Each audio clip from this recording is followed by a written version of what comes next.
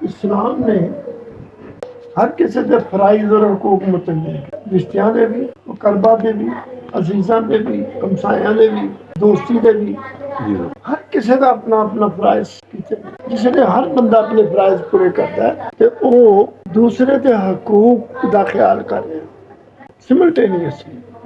वो कर रहा है तो उधरों ਉਹਨੂੰ ਰਿਸਪੌਂਸ ਮਿਲ ਰਿਹਾ ਉਹਦਾ। ਰਿਸਪੌਂਸ ਮਿਲਿਆ, ਉਹਦੇ ਹੱਕਦਾਰ ਹੈ।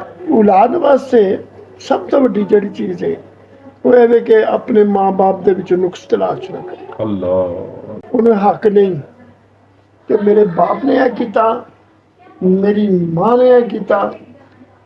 ਉਹਨੂੰ ਇਹ ਔਲਾਦ ਨੂੰ ਸੋਚਣਾ ਉਹਦਾ ਫਰਜ਼ ਹੈ ਕਿ ਮਾਂ-ਬਾਪ ਦੇ ਨੁਕਸ ਤਲਾਸ਼ ਨਾ ਕਰੇ, ਬਲਕਿ ਆਪਣੀਆਂ ਜ਼ਿੰਮੇਵਾਰੀਆਂ ਦਾ, अपने फराइज में अदा करे।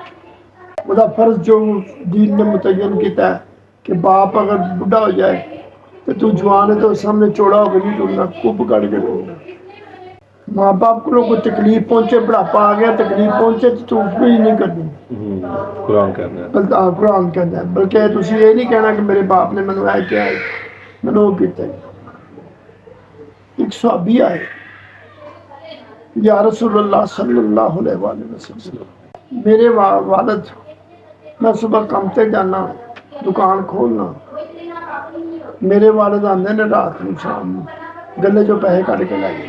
दसो मैं परेशान हाँ, की करा? आपने क्या अपने वालिद ने बुला, वालिद आया तो फिर तू यह करना? हमने कहा जी हाँ करना। जिसले छोटा जहा सी तो मैं सोचना सा मेरे बुढ़ापे का सहारा बनेगा। अज सहारा बनया तो मैं ले लेना। आपने फरमाया तू सही कर रहा। क्या बात है, क्या बात है।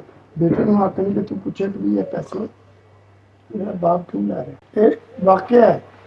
हुण उसका मतलब है कि बाप नूं इस्लाम ने इजाजत दी है, कुछ उन्होंने इजाजत दी, लेकिन तुहानूं तुसीं नहीं ये सवाल कर सकते अपने वालिदैन कि तुसी मेरा ऐ नहीं किया ते ऐ नहीं किया ते ऐ नहीं किया। ये नुक्स नहीं तलाश करने माँ बाप दे।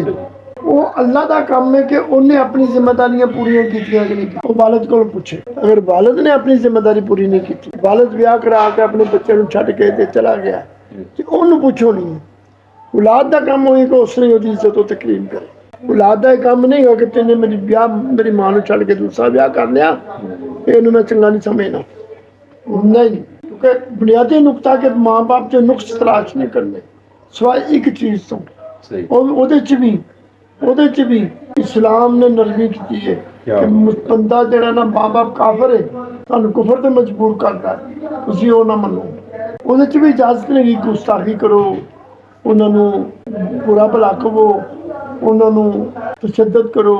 ਉਹਦਾ मामला है। अगर बाप ਜਿਹੜਾ अपनी जिम्मेदारी पूरी नहीं कर सकिया, अल्लाह ने उन्होंने पूछना कि तू फिर आज अपने तनवे दिते सी औलाद, तो वह फराइज पूरे क्यों नहीं किए।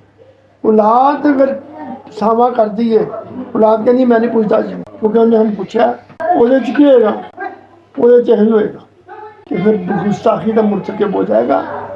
गुस्ताखी का मुर्तकिब होएगा तो ओदा भी गया, बाप का गया सी तो औलाद का भी। कि हर बंदे की अपनी जिम्मेदारी है, उन्हें पूरी करनी है। अगर कोई नहीं करता तो पुछ के अल्लाह ने करनी है। बच्चे को हक नहीं दिता गया कि तू उन्होंने माँ बाप के नुक्स तलाश कर।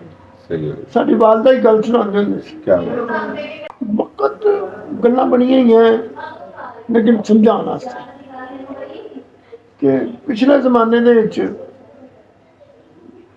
सूरतां चेंज हो जांदी सी। बंदर बनाते गए।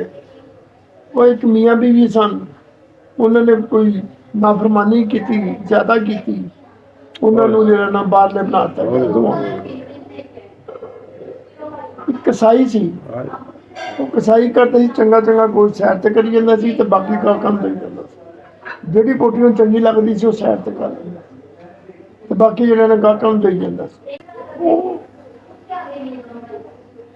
किसी किसी ने पूछा कि भैया तू सैर ते रखना, मेरे माँ बाप सदा के तौर पर ऐ हो गए ते मैं उन्हां वास्ते अच्छा गोश्त उन्हां वास्ते रख रहे हैं, वेचदा नहीं है। मैं वेचदा उन्हां वास्ते रखना। क्या बात। अल्लाह ने मेरी अल्लाह ताला ने ओहदी अदा बड़ी पसंद।